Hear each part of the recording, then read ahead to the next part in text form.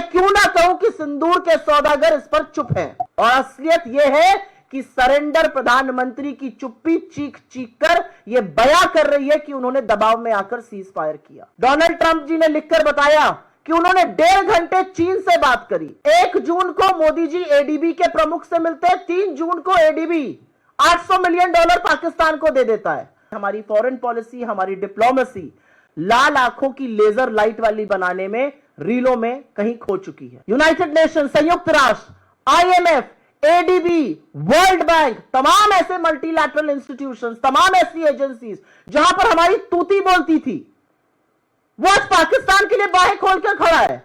क्या हुआ हमारे प्रभाव को? क्या हुआ हमारी कूटनीति को? क्यों इतने निष्क्रिय हम पड़ गए कि हम उनके खिलाफ कुछ नहीं बोल पा रहे, उनके खिलाफ एक्शन नहीं ले पा रहे, हम रोक नहीं पा रहे उनके हीरो बनने को। मोदी जी कश्मीर अब गए हैं जब फीता काटने का वक्त आया है। सिंदूर के सौदागर से कहना है, अपनी चुप्पी तोड़िए और इस मुद्दे पर बोलिए। हमारी विफल विदेश नीति का दंश हमारा देश, हमारे देश का सम्मान, हमारा वैश्विक गौरव, ये सब सह रहा है। इस देश के सम्मान में ठेस पहुंचे, इस देश की संप्रभुता पर सवाल उठे, यह कतई बर्दाश्त नहीं किया जा सकता है। आज प्रधानमंत्री नरेंद्र मोदी की विफल विदेश नीति, कंप्लीटली फेल्ड फॉरेन पॉलिसी के कारण इस देश का दुनिया में अपमान हो रहा है। कनाडा जैसा देश हमें G7 का इनवाइट नहीं भेजता है। ट्रंप बार बार सीज फायर का श्रेय ले चुके हैं और असलियत अब यह है कि ट्रंप को छोड़कर अब बाकी देश, कल रूस ने भी माना कि ट्रंप ने हमारे बीच मध्यस्थता करी थी और उनके कारण सीज फायर हुआ। यह भी सच है कि हम दुनिया में अलग थलग पड़ गए हैं और हमारे जो सदाबहार दोस्त हैं, जिसको all weather friend and allies कहा जाता था, वो हमसे किनारा कर रहे हैं और बड़े बड़े देश आज हमारे दुश्मन मुल्क के खेमे में खड़े हुए नजर आ रहे हैं। असली बात यह है कि जिस पाकिस्तान को हमने टोटली दरकिनार कर दिया था, वो आज धड़ल्ले से हीरो बना घूम रहा है। उसको विश्व के तमाम मल्टीलैटरल एजेंसीज में प्रतिनिधित्व का मौका मिल रहा है, वो संयुक्त राष्ट्र में कमिटियों का चेयरपर्सन बन रहा है। असलियत यह है कि उसको मल्टीलैटरल एजेंसीज एक के बाद एक आर्थिक सहायता दे रही हैं और हम कुछ नहीं कर पा रहे हैं। आज के दिन प्रधानमंत्री नरेंद्र मोदी कश्मीर गए हैं। यह अलग बात है कि वो पिछले 45 दिनों में उन्होंने एक बार भी कश्मीर की ओर झांका तक नहीं। अब फीता काटने वो कश्मीर पहुंचे, लेकिन जब वो वहां पर भाषण देंगे तो इस देश के मन में बहुत सारे सवाल हैं और उन सवालों को उठाना हमारा काम है, क्योंकि यह वाकई में एक दुखद बात है कि 11 साल सत्ता में रहने के बाद, 90 से ज्यादा देशों की सैर करने के बाद, हमारी विफल विदेश नीति के चलते हमें हासिल कुछ भी ठोस नहीं हुआ है। कूटनीति या डिप्लोमेसी या फॉरेन पॉलिसी जिसको कहते हैं, इसका मतलब लाल लाल आंखें डालकर लेजर की रील बनाना नहीं होता है। कूटनीति का मतलब होता है कि आप विश्व में भारत का हित सर्वोपरि रखिए। कूटनीति निरंतर होती है, ये खोखले दावे नहीं होते हैं।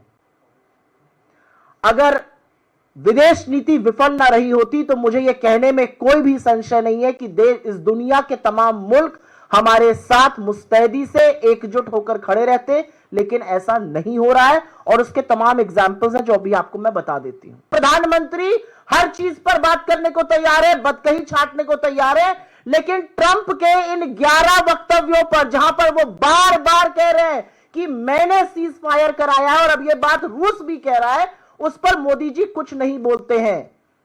और मैं क्यों ना कहूं कि सिंदूर के सौदागर इस पर चुप हैं। हाल ही में, और ये कल एक और तथ्य सामने आया, हमारी विदेश नीति के इतने बड़े बड़े कीर्तिमान है, अभी की एक लंबी फहरिस्त है। हाल ही में अमेरिकी राष्ट्रपति और रूस के राष्ट्रपति पुतिन की फोन पर बात हुई। कल क्रेमलिन से ऑफिशियल वक्तव्य आता है और उसमें कहा जाता है कि उस फोन की बातचीत जो 75 मिनट, सवा घंटे तक चली, उसमें इंडिया पाकिस्तान का जिक्र हुआ और उसमें श्रेय दिया जा रहा है। तो अब सिर्फ अमेरिका ये नहीं कह रहा है, रूस भी मान रहा है कि अमेरिका ने मध्यस्थता करके सीज फायर कराया। किसी को नहीं पता सीज फायर की क्या कंडीशन थी, किसी को नहीं पता सीज फायर क्यों कराया गया, किसी को नहीं पता हमारी सेना आक्रामक थी, उसके हाथ क्यों बांधे गए। और असलियत यह है कि सरेंडर प्रधानमंत्री की चुप्पी चीख चीख कर यह बयां कर रही है कि उन्होंने दबाव में आकर सीज फायर किया।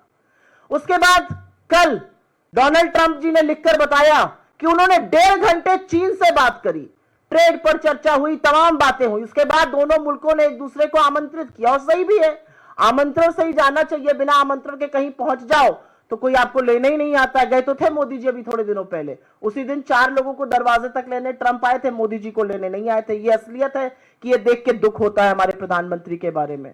लेकिन हमारी कूटनीति इस तरह विफल हो चुकी है कि जिस पाकिस्तान को हमने दरकिनार कर दिया था, और ये बहुत बड़ा हमारी फॉरेन पॉलिसी का 2014 के पहले अचीवमेंट था कि हमने पाकिस्तान को अलग थलग कर आतंकी मुल्क की तरह ट्रीट करना शुरू कर दिया था, और दुनिया भी पाकिस्तान को उसी नजर से देखती थी।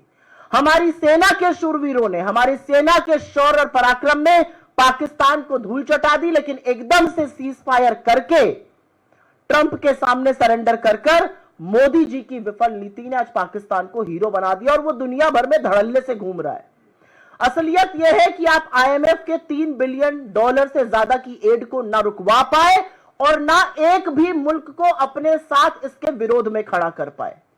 1 जून को मोदी जी ADB के प्रमुख से मिलते हैं, 3 जून को ADB $800 मिलियन पाकिस्तान को दे देता है।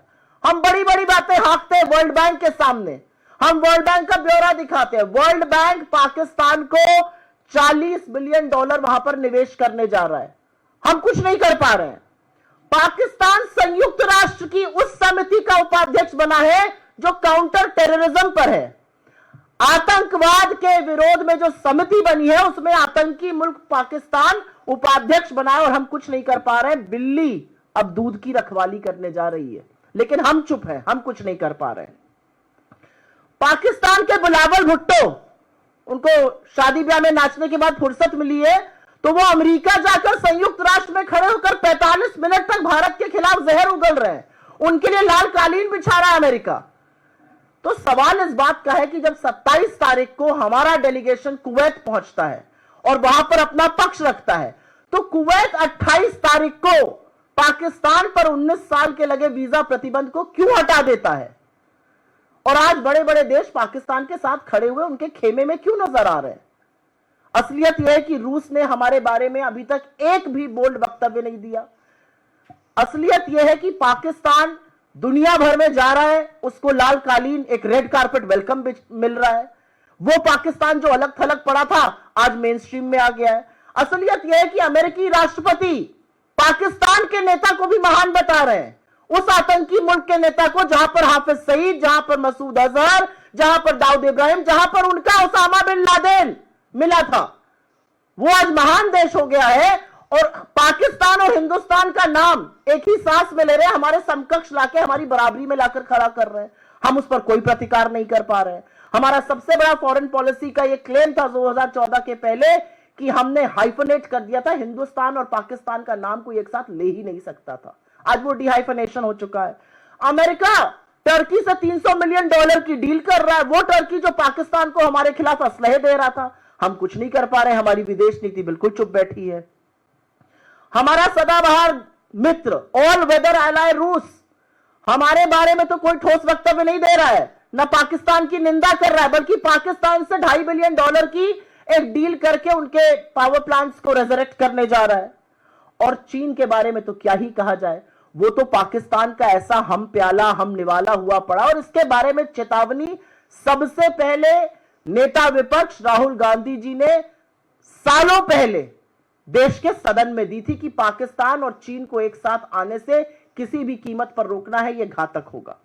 हमारी विदेश नीति का एक और कीर्तिमान है जिसका मैंने जिक्र किया था अभी थोड़ी देर पहले। कनाडा जैसा देश हमें G7 का इनवाइट नहीं भेजता है। असलियत यह है कि हम अपने आप को वर्ल्ड की 4th लार्जेस्ट इकोनॉमी कह रहे हैं, हम अपने आप को फास्टेस्ट ग्रोइंग इकोनॉमी कह रहे हैं। यह अलग बात है कि सरकार के खुद के आर्थिक सलाहकार इस पर सवाल उठा रहे हैं, लेकिन कनाडा जैसा देश हमें G7 की इनवाइट नहीं भेजता है। वही कनाडा जहां पर मुझे याद है 2010 में राष्ट्रपति बराक ओबामा ने डॉक्टर मनमोहन सिंह के लिए G20 समिट में कहा था, When the Prime Minister of India, Dr. Manmohan Singh speaks, the world listens. जब मनमोहन सिंह बोलते हैं तो दुनिया उनकी बात सुनती है। यह बात कनाडा के सॉइल पर कही गई थी और आज वो कनाडा की हिमाकत है कि हमें G7 का न्योता आमंत्रण नहीं भेज रहा है। और अंत में मुझे एक बात का बहुत दुख है और यह दुख मैं आपके साथ जरूर साझा करना चाहती हूं। हमारी विदेश नीति की सबसे बड़ी विफलता यह है कि हमने बड़े बड़े डेलीगेशंस बनाए, हमने वो बड़े बड़े डेलीगेशंस दुनिया के कोने कोने में भेजे अपनी बात को पहुंचाने के लिए, लेकिन हमारा विदेश मंत्रालय उन डेलीगेशंस की मुलाकात ना राष्ट्राध्यक्षों से करा पाया, ना प्रभावी ओपिनियन मेकर से करा पाया। वो लोग वहां पर गए, वहां पर वो हमारी ही एम्बेसी में भारतीय मूल के लोगों से मिल रहे हैं, वो अंडर सेक्रेटरीज से मिलके आए हैं, वो फॉर्मर मिनिस्टर्स से मिलके आए हैं, कुछ स्टेट मिनिस्टर्स से वो मिले हैं। तो आज सवाल इस बात का है कि वो म्यूजियम देखने गए, उन्होंने यूनेस्को की कुछ वर्ल्ड हेरिटेज साइट देखी, नोत्र दाम का चर्च देखा, गाना बजाना हुआ, पुराने फिल्मी गाने गाए गए, बड़े बड़े डिनर हुए, खूब पिक्चरें खींची गई, लेकिन हमें मिला क्या? और यह हमारी विदेश नीति की विफलता है कि आपने अपने सांसदों को भेजा और उनको आप एक राष्ट्राध्यक्ष से नहीं मिला पाए। तो आज सवाल यह है, आपने उनको कितने राष्ट्राध्यक्षों से मिलाया? हमें क्या ठोस हासिल हुआ? कितने राष्ट्र जहां पर हमारी ये डेलीगेशंस, जहां पे हमारे सर्वदलीय मंडल गए थे, उन्होंने हमारे पक्ष में उतर के बयान दिया? कितने राष्ट्रों ने पाकिस्तान के आतंकियों को शरण देने की निंदा करी? कितने राष्ट्र आज खुल के हमारे साथ हैं? तो कहां है हमारी डिप्लोमेसी, कहां है हमारी फॉरेन पॉलिसी? मुझे ऐसा लगता है कि हमारी फॉरेन पॉलिसी, हमारी डिप्लोमेसी लाल आंखों की लेजर लाइट वाली बनाने में, रीलों में कहीं खो चुकी है। क्योंकि जयशंकर जी की प्राथमिकता, बाकी मंत्रियों की प्राथमिकता सरकार में है, लेजर आंखें बनाते हैं, लाल लाल आंखें दिखती हैं, और डिप्लोमेसी उसको कहा जा रहा है। वो डिप्लोमेसी नहीं है, वो रील बनाना है।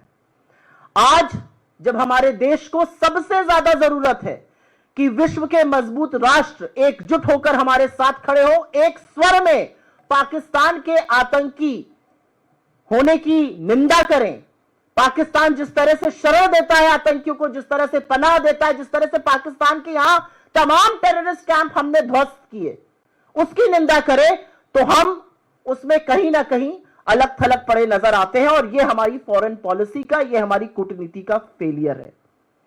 असलियत यह है कि हमारी सेना के शौर्य और पराक्रम ने, हमारी सेना के वीर शूरवीरों ने तो पाकिस्तान को धूल चटाई, लेकिन हमारी विदेश नीति इतनी विफल रही कि वही पाकिस्तान आज घूम रहा है विश्व में और उसका स्वागत किया जा रहा है। और इसका कारण यह है कि जिस विदेश नीति का एकमात्र आधार, जिस विदेश नीति का सिंगल कॉर्नरस्टोन इस देश का राष्ट्रहित सर्वोपरि रखना होना चाहिए था, उसका सारा ध्येय, उसका सारा फोकस, उसका सारा लक्ष्य एक आदमी की छवि चमकाना और उनके मूल भक्तों से सस्ती ताली बजवाना है। और इसलिए हमारी विदेश नीति विफल हो रही है। सवाल आज यह भी है कि क्या हमारी माताओं के साथ, हमारी बहनों के सिंदूर के साथ सौदा किया गया? क्योंकि 11 बार अगर अमेरिकी राष्ट्रपति ये बात कह रहे हैं और बार बार ये कहने के बाद अमेरिका अपने कोर्ट में लिखित हलफनामे में, एफिडेविट में दे रहे हैं कि हमने ऐसा किया, रूस ये मानने को अगर आज तैयार है, तो या तो सरकार खुलकर आए, नरेंद्र मोदी आज अपने भाषण में इसको गलत कहे, या हमें मानना पड़ेगा कि सिंदूर के सौदागर ने सिंदूर के साथ समझौता किया, सिंदूर का सौदा किया। पापा ने वॉर रुकवा दी जैसे सस्ते डायलॉग का इसका खामियाजा भुगतना पड़ रहा है। क्या नरेंद्र मोदी की जिस एंगल में फोटो खींची जाती है जब वो विदेश जाते हैं कि लगे कि वो लीड कर रहे हैं और भक्त उसमें खुशी होकर ताली बजाते हैं, क्या इससे हमारे कुछ विदेशी मित्र नाराज हो गए हैं? क्या भारत पाकिस्तान के बीच में हम किसी तीसरे पक्ष को शामिल करने के लिए तैयार हो गए? क्या हम अभी भी शांत रहेंगे और बाकी राष्ट्र, अमेरिका जैसे देश कश्मीर को अंतरराष्ट्रीय मुद्दा बनाएंगे जो कि हमारा मुद्दा है, हम रिजॉल्व करेंगे? और हमेशा से हमारी पोजीशन रही है। यूएन, यूनाइटेड नेशन, संयुक्त राष्ट्र, आईएमएफ, एडीबी, वर्ल्ड बैंक, तमाम ऐसे मल्टीलैटरल इंस्टीट्यूशंस, तमाम ऐसी एजेंसीज जहां पर हमारी तूती बोलती थी, वो आज पाकिस्तान के लिए बाहें खोलकर खड़ा है। क्या हुआ हमारे प्रभाव को? क्या हुआ हमारी कूटनीति को? क्यों इतने निष्क्रिय हम पड़ गए कि हम उनके खिलाफ कुछ नहीं बोल पा रहे, उनके खिलाफ एक्शन नहीं ले पा रहे, हम रोक नहीं पा रहे उनके हीरो बनने को। सवाल यह भी है कि कनाडा ने हमें क्यों नहीं इनवाइट किया और यह किसकी विफलता कही जाएगी। सवाल यह भी है कि हमारे डेलीगेशन गए, हम अपने राष्ट्र के लिए कितना नैरेटिव बना पाए, क्या माहौल बनाकर हम वापस आए हैं। आज पाकिस्तान जैसे आतंकी मुल्क की बराबरी हमारे साथ की जा रही है, इसका जिम्मेदार कौन है। और अंत में एक सवाल तो पूछूंगी, बीजेपी वालों को बड़ी दिक्कत होती है अगर बड़के पप्पा ट्रंप को कुछ कह दो, वो हमारे लोगों को हथकड़ियां बांध के भेजे, बेड़िया बांध के भेजे। ये हमारी फॉरेन पॉलिसी का फेलियर है या इस पर भी चुप रहना होगा। आज प्रधानमंत्री जैसा कि मैंने बताया फीता काटने गए हैं, 45 दिन हो गए। 22 अप्रैल को 3 क्रूर आतंकवादियों ने 28 मासूम लोगों की जान ली थी और फिर जवाबी कार्रवाई में पाकिस्तान की शेलिंग में गुरुद्वारे में, मदरसे में, मंदिर में 16 लोगों की शहादत पुंछ में हुई थी, जिसमें छोटे छोटे बच्चे शामिल हैं।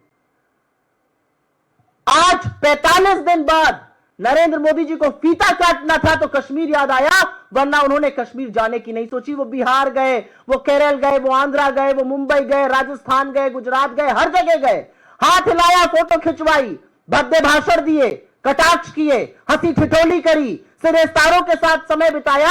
लेकिन मोदी जी कश्मीर अब गए हैं जब फीता काटने का वक्त आया है। और यही अंतर है उनमें और यही अंतर है हमारी सरकार में। मुझे यह कहने में गर्व होता है कि 26/11 के बाद चुन चुन कर हमने आतंकियों को मारा, हमारे शूरवीरों ने उनको मौत के घाट उतारा और उसके बाद जो गिरफ्तार हुए उनको हमने फांसी के फंदे पर लटकाया, इस देश में नजीर बनाई। आज एक बात का अंतर है, 26/11 के आतंकियों को मारा गया, लेकिन 22 अप्रैल पहलगाम के आतंकी अभी भी फरार है और अब आजाद घूम रहे हैं वो। और अब अगर न्यूज रिपोर्ट्स का आप यकीन कीजिए तो उन्होंने इसके पहले 3 और बड़े आतंकी हमले किए थे, उनको जमीन निगल गई, उनको आसमान खा गया, वो कहां चले गए ये किसी को नहीं पता है। और जब तक वो पकड़े नहीं जाएंगे, जब तक वो गिरफ्तार नहीं होंगे, जब तक उनकी इस देश के सामने नजीर नहीं बनेगी, तब तक शहीद परिवारों को न्याय नहीं मिलेगा।